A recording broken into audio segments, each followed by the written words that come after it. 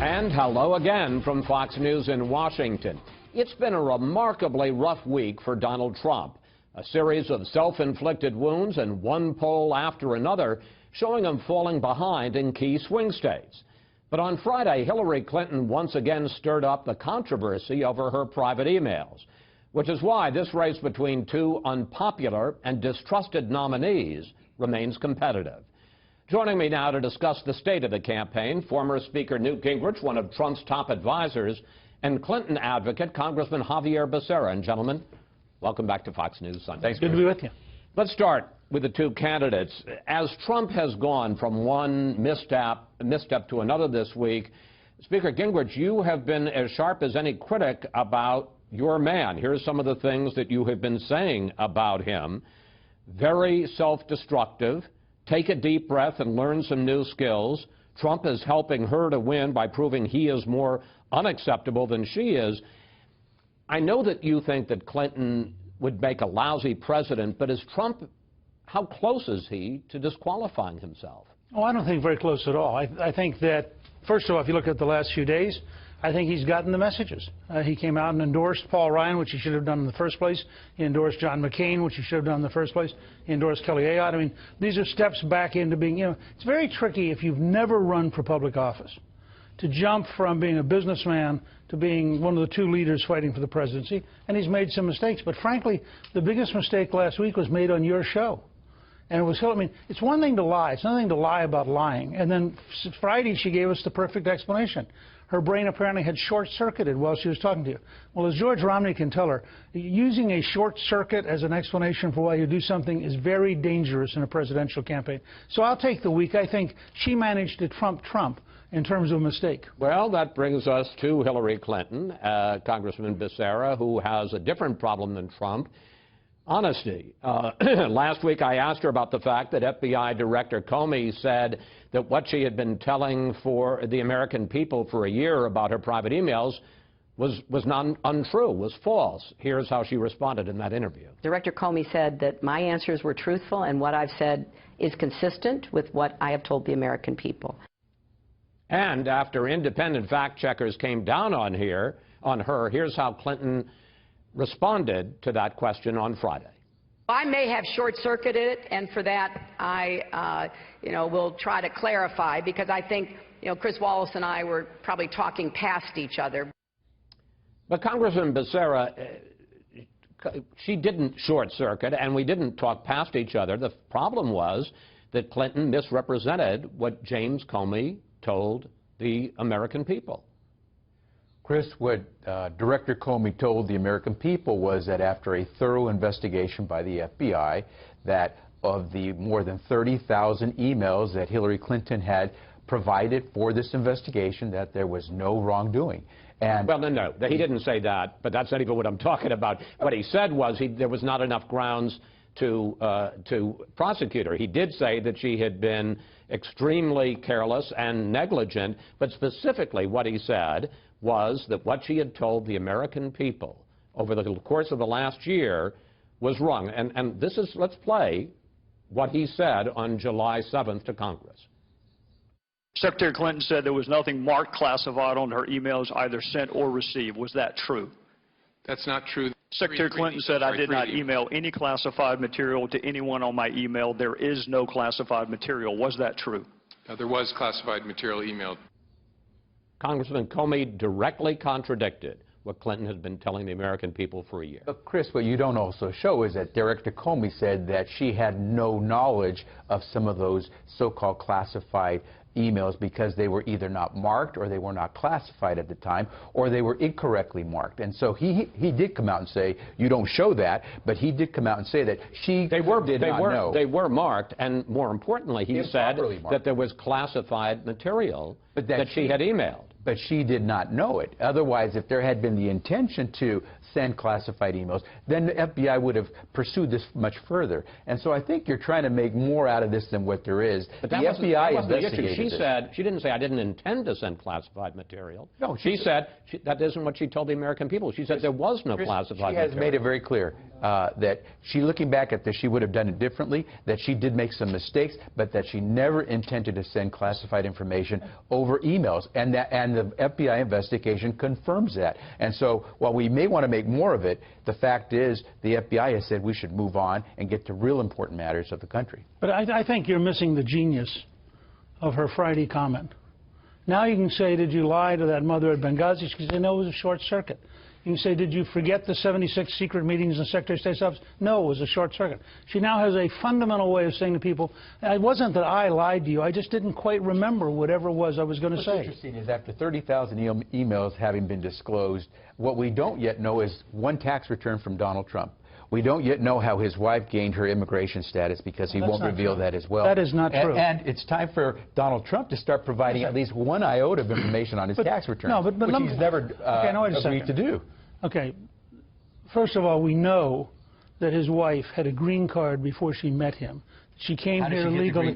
She came here legally. How did she get the green card? She came here legally. How did she get the green card? She applied for a green card. She didn't know Donald Trump. Under what circumstances? Because she had been here before she applied for the green card.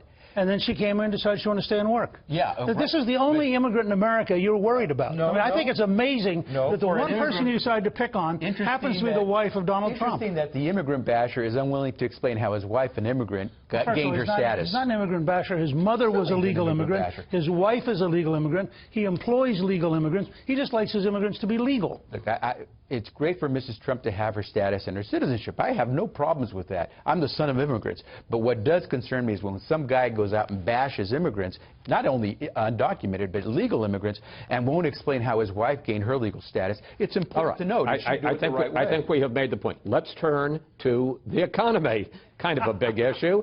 Here is what Trump says about his plan. We're going to cut our taxes for the middle class. We're going to cut our taxes for business. We're going to have massive dollars pouring into this country, and we're going to create jobs like we've never seen before. But, Speaker Gingrich, Trump would cut taxes $9.5 trillion over the next decade, most of it going to top earners, and adds $11.2 trillion to the debt with unspecified spending cuts.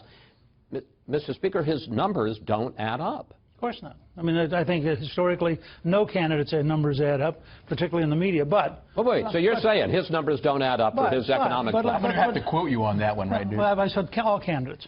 But let me give an example. If you open up America's energy and mining opportunities, there's at least $7 trillion in potential additional revenue just from making it easier to develop our own energy and to develop our own mineral resources.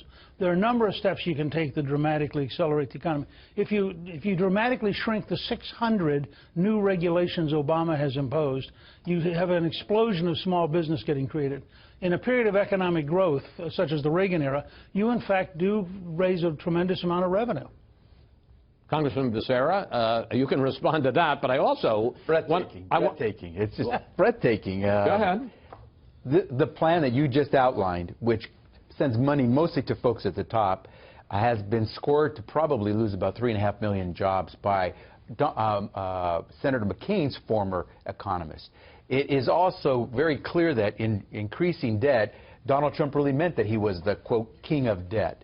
And this is a guy who thinks, and his quote was, wages are too high. The problem in our economy isn't that wages are too high, because we've seen a lot of jobs created, some 15 million jobs created in the last 6 years or so. Well, the problem has been that Americans haven't seen their wages go up, and so salaries need to go up. President Obama's been the president for the last 8 years. You make it sound like, you know, somebody else has been in charge. The jobs are good. What's not good is that we have to see Americans' wages go up some, and that's what we have to work on. Listen, but the jobs aren't good. The jobs aren't good. The jobs aren't good. You're not getting manufacturing back. What you're getting back are bartender jobs and service jobs. Who outsources jobs, right? All right, let me ask you about Clinton's numbers, because in fact they do add up. Let's put them on the screen. She would raise taxes $1.2 trillion, raise taxes $1 trillion over 10 years, most of that on the rich, and even with big new spending programs, adds only $250 billion to the debt.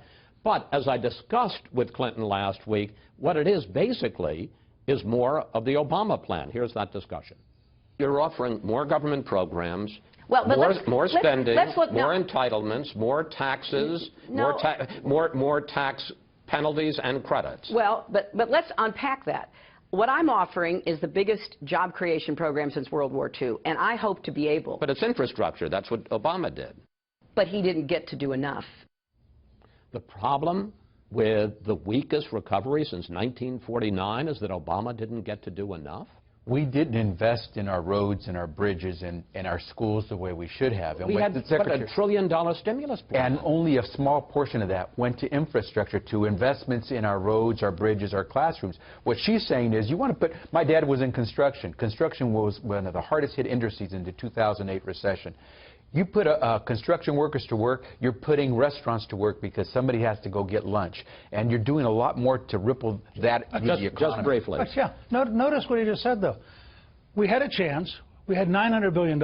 We blew it. But now trust Secretary Clinton, 50 million jobs isn't blowing it. Well, but a lot of them are not very good jobs, and a lot of Americans are working part-time. Only in the world of Grinch and Republicans would create 50 million jobs after George Bush left us with an economy hemorrhaging 800,000 jobs a month. You campaign on things are good enough. We'll campaign on things can get better. We'll see who wins the general election. Okay, we've got a little bit of time left, and I want to get into an important issue, and that, of course, is ISIS, the external threat. Here's what Clinton and Trump are saying about each other.